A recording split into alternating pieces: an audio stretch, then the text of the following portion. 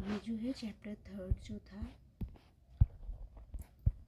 Salient features of the constitution, उसके हम आगे कंटिन्यू कर रहे हैं। इसका पार्ट 2 है, salient features of the constitution का 2nd पार्ट है, जिसमें हमने यहाँ तक कर लिया था। अब हम करेंगे पार्ट्स ऑफ द कॉन्स्टिट्यूशन। ठीक है, तो पार्ट्स ऑफ द कॉन्स्टिट्यूशन में पहले पार्ट में क्या दिया गया था, यूनियन एंड इट्स टेरिटरी, जिसमें आर्टिकल जो है वो है 1 to 4, मतलब कि 1 से लेके 4 तक जो है वो यूनियन एंड इट्स टेरिटरी जो है वो पार्ट 1 में आती है। फिर 2nd में क्या है, सिटीजनशिप से रिलेटेड जितने भी कॉन्सेप्ट हैं वो पार्ट 2 में रखे गए हैं, जिससे रिलेटेड आर्टिकल कौन कौन से हैं, 5 से 11 तक। फिर 3rd में क्या है, फंडामेंटल राइट है, इसके आर्टिकल है 12 से 35 तक। फिर है पार्ट 4, जिसमें DPSPs रखे गए हैं, जैसे अभी मैंने भी मोटा मोटा बताया था, directive principle of the state policy. इसके जो आर्टिकल है वो है 36 से 51। फिर पार्ट 4A है, जिसमें फंडामेंटल ड्यूटीज़ हैं, जो कि है 51A आर्टिकल में। फिर है पार्ट 5, जो कि यूनियन से रिलेटेड, उसमें सारे मैटर्स हैं, उसमें जो है 52 से 151 तक है आर्टिकल। फिर है पार्ट 6, जिसमें स्टेट्स के बारे में बताया गया है, और ये जो है 152 से 237 तक आर्टिकल हैं इसमें। ठीक है, फिर है पार्ट 7, इसमें जो है the states in part B of the first schedule repeal, मतलब जब देश आज़ाद हुआ था तो उस टाइम पे क्या थे ना कि जो स्टेट्स थी ना वो अलग अलग तरीके से पार्ट ए, पार्ट बी, इस हिसाब से कुछ पार्ट सी, इस हिसाब से डिवाइड हुई थी। तो उसी के कॉन्सेप्ट पे जो है ये रखा गया था कि जो स्टेट्स पार्ट बी में है फर्स्ट शेड्यूल के, तो वो इनमें रखी गई थी। इससे रिलेटेड आर्टिकल 238 था, लेकिन ये जो है अब रिपील कर दिया गया। रिपील मतलब ख़त्म कर दिया गया, क्योंकि ये वाला पार्ट बी पार्ट ए वाला जो डिवीज़न था स्टेट का, वाला कॉन्सेप्ट अब नहीं है। ठीक है, फिर क्या है, पार्ट 8 है, उसमें जो है यूनियन टेरिटरीज़ के बारे में बताया गया है। इससे रिलेटेड आर्टिकल थे 239 से 242 तक। फिर पार्ट 9 में क्या है, पंचायत के बारे में है, जिसमें आर्टिकल 243 से 243 ओ तक है। फिर पार्ट 9A है, इसमें म्यूनिसिपैलिटीज़ के बारे में 243 से 243 पी से लेके 243 ZG तक है आर्टिकल। उसके बाद है पार्ट 9B, जिसमें कोऑपरेटिव सोसाइटीज़ आती हैं। ठीक है, अभी हमने पढ़ा था ये।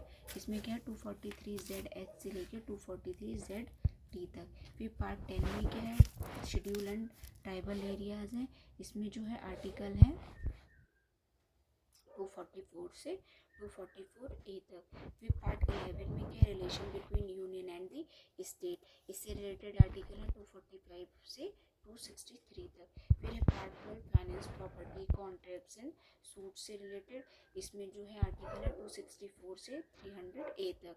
फिर है क्या, आर्टिकल 13 जो है, पार्ट 13 जो है, ये trade, commerce, intercourse with in the territory of India से रिलेटेड है, और इसमें जो आर्टिकल हैं वो है 301 से 307 तक।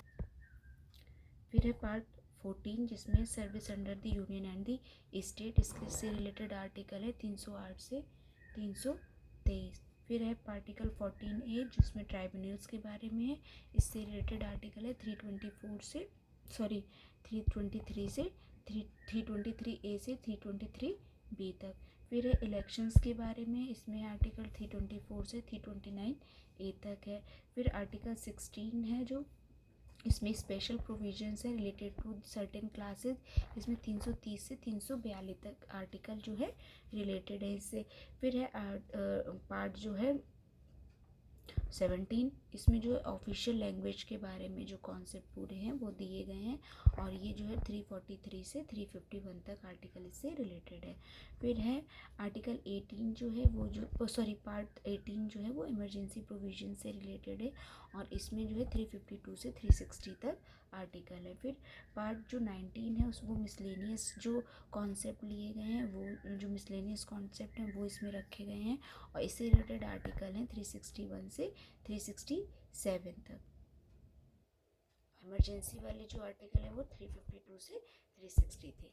और जो पार्ट 20 है, इसमें है अमेंडमेंट ऑफ द कॉन्स्टिट्यूशन। ठीक है, ये अंडर आर्टिकल 368। फिर 21 में temporary, transitional and special provision है, इसमें जो आर्टिकल है वो हुई हैं 369 से 392 तक। और फिर पार्ट 22 में शॉर्ट टाइटल, कमिटमेंट और authoritative text in Hindi and repeals, ये जो रिपील्स जो है ये जो है इससे रिलेटेड आर्टिकल है 393 से 395 तक। तो ये जो आर्टिकल्स हैं मतलब पार्ट्स हैं, ये मतलब एक तरीके से पूरा याद होना चाहिए, पूरा वर्ड टू वर्ड याद होना चाहिए, क्योंकि ये डायरेक्ट पूछ लिए जाते हैं कभी कभी। पार्ट 12 पार्ट कम से कम स्टेट पीसीएस में तो बहुत डायरेक्टली पूछ लेते हैं, पता होना चाहिए। और वैसे भी पता होना चाहिए स्टूडेंट्स को जो पढ़ लिख रहे हैं, तो उन्हें तो कम से कम पॉलिटी के बारे में, कुछ कॉन्स्टिट्यूशन के बारे में हमारे पता ही होना चाहिए। तो इसमें आगे जो दिया गया है वो शेड्यूल्स के बारे में दिया गया है, ठीक है, schedule of the Indian constitution. तो हमारे जो कॉन्स्टिट्यूशन है उसमें 12 शेड्यूल हैं। अब हम एक एक करके इनको पढ़ेंगे, ठीक है। तो पहले शेड्यूल में क्या है, फर्स्ट शेड्यूल जो है वो किससे रिलेटेड है, list of state and union territories along with their territories. मतलब इसमें जो स्टेट्स की लिस्ट दे रखी है और यूनियन टेरिटरीज दोनों की जो है लिस्ट दे रखी है अलॉन्ग विद देयर टेरिटरीज, या जो जो उनका एरिया है उसके साथ। Currently include 28 states and 8 union territories. और अभी जो है हमारे पास 28 स्टेट और 8 यूनियन टेरिटरीज हैं। इससे रिलेटेड आर्टिकल जो है वो है आर्टिकल 1 to 4।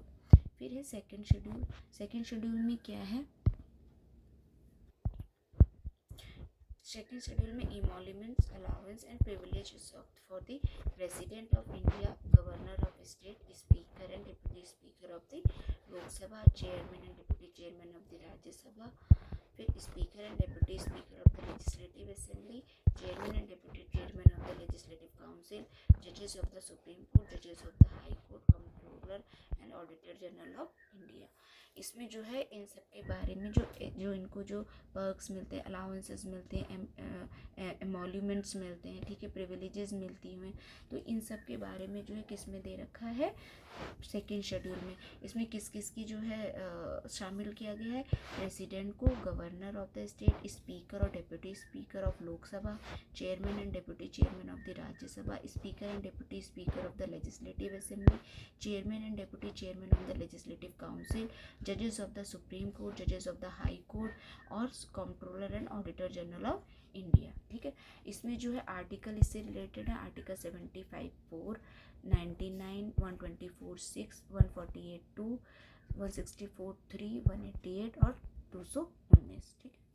फिर है थर्ड शेड्यूल। इसमें क्या है, provides forms of oath and affirmation. इसमें जो है जो ये लोग शपथ लेते हैं उसके बारे में जो है बात कही गई है, किसमें, थर्ड शेड्यूल में। तो इसमें किस किस की शपथ से रिलेटेड मतलब मैटर है, इसमें यूनियन और स्टेट मिनिस्टर्स जितने भी होते हैं उनकी, फिर candidate for the election of parliament and state legislature के लिए जो इलेक्ट होना चाहता है कैंडिडेट, उसकी शपथ, फिर मेंबर ऑफ द पार्लियामेंट और स्टेट लेजिस्लेटर के जितने मेंबर हैं, फिर जजेस of the supreme court and high court और controller and auditor general of India. And oath is a solemn promise made under the invocation of God, while an affirmation is non-religious pledge made by individual who can choose not to invoke religious references, both serving as formal commitments to uphold constitutional duties। मतलब कि इसमें ये बात कही गई है कि जो ओथ होती है, जो हम ये लोग जो जब मिनिस्टर बनते हैं, जैसे कि आपने कभी सुना होगा कि जो डॉक्टर बनते हैं तो उन्हें एक मतलब एक तरीके से एक शपथ लेनी पड़ती है कि वो इस तरीके से काम करेंगे, मरीजों की सेवा करेंगे वगैरह वगैरह, वो उनकी अपनी एक शपथ होती है। उसी तरीके से जैसे ही मिनिस्टर्स जब मतलब अपनी एक तरीके से मिनिस्टर्स की पोजीशन इलेक्ट हो जाते हैं, उस पोजीशन पे चुन लिए जाते हैं, या मतलब उसके लिए उस सीट पे आकर, मतलब राज्यसभा हो चाहे लोकसभा हो, चाहे विधान परिषद हो या विधानसभा हो, यहाँ के कोई भी मिनिस्टर हो, या फिर कंट्रोलर एंड ऑडिटर जनरल हो, या जजेस ऑफ द सुप्रीम कोर्ट और हाई कोर्ट, तो उस पद की गरिमा होती है। वहाँ पे पहुँचकर आप बहुत सारे फैसले लेने वाले, तो आप किसी के साथ कोई अन्याय ना करो, अपना कोई पर्सनल मोटिव देखकर, या फिर आप एक दूसरे के साथ भेदभाव ना करो किसी भी वजह से। तो इस चीज़ के लिए ना इनको एक ओथ लेनी पड़ती है, ठीक है। तो उस ओथ को कहा गया है कि वो एक सॉलेम प्रोमिस होता है एक तरीके से, जो मेड किया जाता है किसके, मतलब भगवान को साक्षी मानकर। एक तरीके से आप जिस भी रिलीजन को के हो, आप जिस भी चीज़ को मानते हो, उसको आप साक्षी मानकर जो है आप एक प्रॉमिस करते हो, ठीक है। While an affirmation is non religious pledge made by individual, मतलब जो जो प्लेज है ना वो किसी धार्मिक मतलब उससे प्रेरित नहीं होती, मतलब ऐसा नहीं है कि उसमें कुछ हिंदुज़म वाले कॉन्सेप्ट हैं या कुछ मॉमडन वाले कॉन्सेप्ट हैं या कुछ सिख ईसाई इस टाइप के कॉन्सेप्ट हैं, नहीं। वो एक तरीके से मतलब नॉन रिलीजियस है, मतलब कि उसमें कुछ रिलीजियस मैटर नहीं है। वो एक बस एक प्लेज है जो रिलीजन से प्रभावित नहीं है। वो एक तरीके से सोशल प्रॉमिस की तरह है, ठीक है। मेड बाय इंडिविजुअल, जो कि हर इंडिविजुअल को जो इन पोजीशन पे जो है इलेक्ट हुआ है या इनका दावेदार है, तो उसको लेनी ही पड़ेगी। Who choose not to involve religious influence both serving formal commitment to uphold, और इसका मतलब क्या हुआ कि वो जो कॉन्स्टिट्यूशनल ड्यूटी है अपनी उसको निभाने में किसी भी तरीके से पीछे नहीं हटेंगे, हर हद तक उसको निभाने की कोशिश करेंगे। इसमें आर्टिकल कौन कौन से हैं, तो इसमें आर्टिकल है 75 का 4, 99, 124 का 6, 8 का 2, 164 का 3, 188 to 19, 75, 84, 99, 124, 146, 173, फिर 188, फिर 219, ठीक है। तो ये सारे आर्टिकल्स जो हैं इससे रिलेटेड है। फिर क्या है, नेक्स्ट क्या है, फोर्थ शेड्यूल है।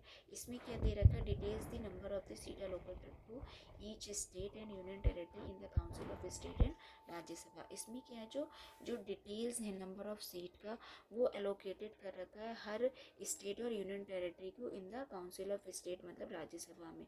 जो राज्यसभा में जिस हिसाब से जो मतलब कि नंबर ऑफ सीटें जो हैं वो अलोकेटेड की गई हैं ना टू ईच स्टेट और यूनियन टेरिटरी को, मतलब कि पर्टिकुलर एरिया से जो है इतने मेंबर चुनकर आएंगे, वहाँ का पॉपुलेशन का जो है कितना रेशियो बैठ रहा है, उस एक कितने पॉपुलेशन पे एक मिनिस्टर आएगा, तो ये सारा जो कॉन्सेप्ट जो है ये फोर्थ शेड्यूल में दिया गया है, ठीक है। तो इससे रिलेटेड आर्टिकल है 41 और 82। फिर फिफ्थ शेड्यूल में क्या है, फिफ्थ शेड्यूल जो प्रोवाइड करता है administration of schedule area in certain state, मतलब जो शेड्यूल एरिया है, कुछ स्टेट्स ऐसे हैं जहाँ पे शेड्यूल एरिया जो है बनाए गए हैं, कुछ जहाँ पे उस तरीके के लोग रहते, तो ये आर्टिकल 244 में है। तो उससे रिलेटेड जो मैटर मतलब जो भी प्रोविज़न है वो फिफ्थ शेड्यूल में दिए गए हैं। सिक्स शेड्यूल में क्या है, focuses on administrating tribal areas in the state of Assam, Meghalaya, Tripura and Mizoram.